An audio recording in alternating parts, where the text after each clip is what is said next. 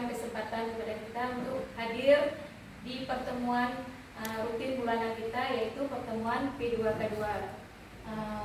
Jadi pertemuan P2K2 pertemuan yang wajib kita laksanakan setiap bulannya. Hari ini kita akan belajar materi jamban sehat. Sebelum kita melanjutkan ke materi jamban sehat, Ibu masih ada yang ingat materi minggu yang lalu tentang CTPS, cuci tangan pakai sabun. Bagaimana Ibu cara mencuci tangan pakai sabun? Harus tanpa air mengalir. Ya. Yang kedua, pakai sabun batang ataupun sabun cair. Supaya terhindar dari kuman penyakit. Iya. Selanjutnya, jangan menggunakan sabun colek, karena sabun colek rentan membuat tangan kita iritasi.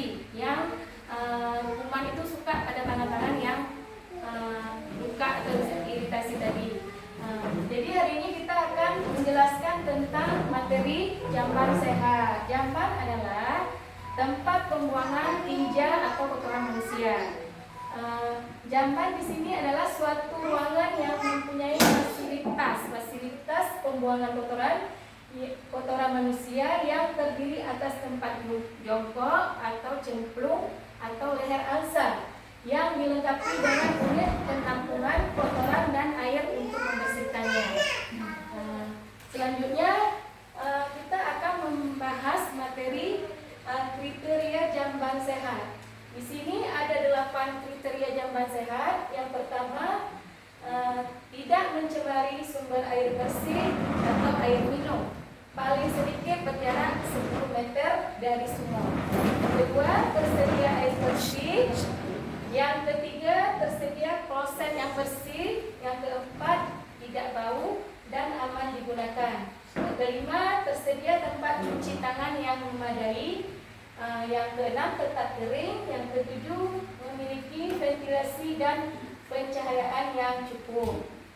Di sini Ibu ada contoh jamban sehat dan jamban yang tidak sehat. Yang mana Ibu contoh jamban sehat di sini? Yang di bawah. Jamban yang tidak sehat di atas.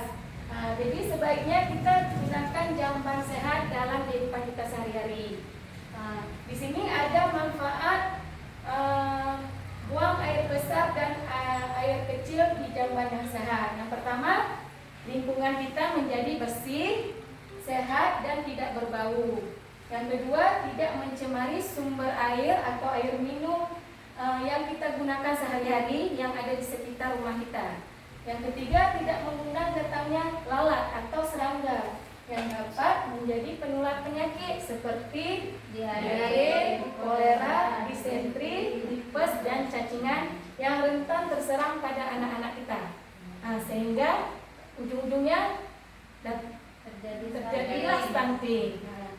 Di sini yang keempat, manfaat jamban sehat. Yang pertama, manfaat dari jamban yang sehat, lingkungan kita jadi lebih bersih. Yang kedua, bau berkurang. Yang ketiga, kesehatan meningkat.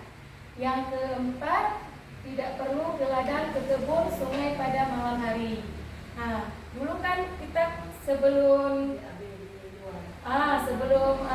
zaman kita maju sekarang ini, kita suka kali membuang kotoran di sawah, lahan kosong, kan? Yang kelima, memutus penyebaran penyakit. Yang keenam, mencegah stunting. Jadi jamban sehat ini erat kaitannya dengan penyakit stunting. Yang terakhir, cara tantangan jamban sehat. Mungkin kita dalam kehidupan sehari-hari ekonomi kita berbeda-beda. Kadang ada yang sanggup membuat jamban, ada yang tidak. Di sini tantangannya pertama, terbatas lahan di area rumah. Kadang lahannya cuma sampai atap rumah, jadi tidak ada tempat untuk membuat jamban. Ini tantangan yang kita hadapi sehari-hari. Yang kedua, tidak memiliki biaya yang cukup untuk membuat jamban sehat. Yang ketiga, terbiasa BAB atau tepi sungai. Jadi cara mengatasi tantangan jamban sehat di sini berpartisipasi membuat jamban melalui arisan. Jadi tidak mesti kita hari ini harus dengan uang sendiri. Jadi kita bisa membuat arisan seperti dulu-dulu. Nah, jadi nanti misalnya bulan depan siapa yang kena.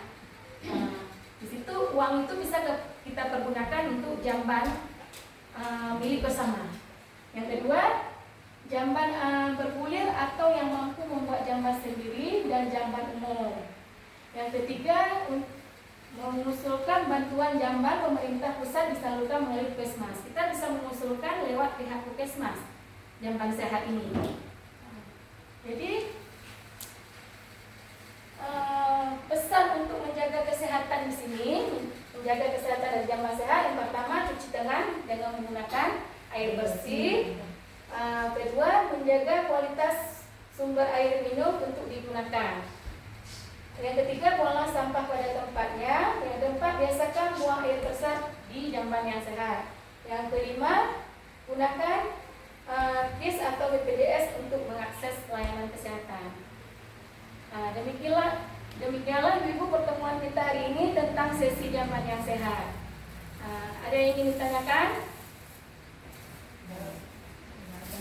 Cukup sekian pertemuan kita hari ini materi jamban yang sehat. Terima kasih kepada ibu-ibu atas kehadiran pada pertemuan hari ini. Saya ucapkan terima kasih. Wabillahi taufiq wal hidayah. Assalamualaikum warahmatullahi wabarakatuh.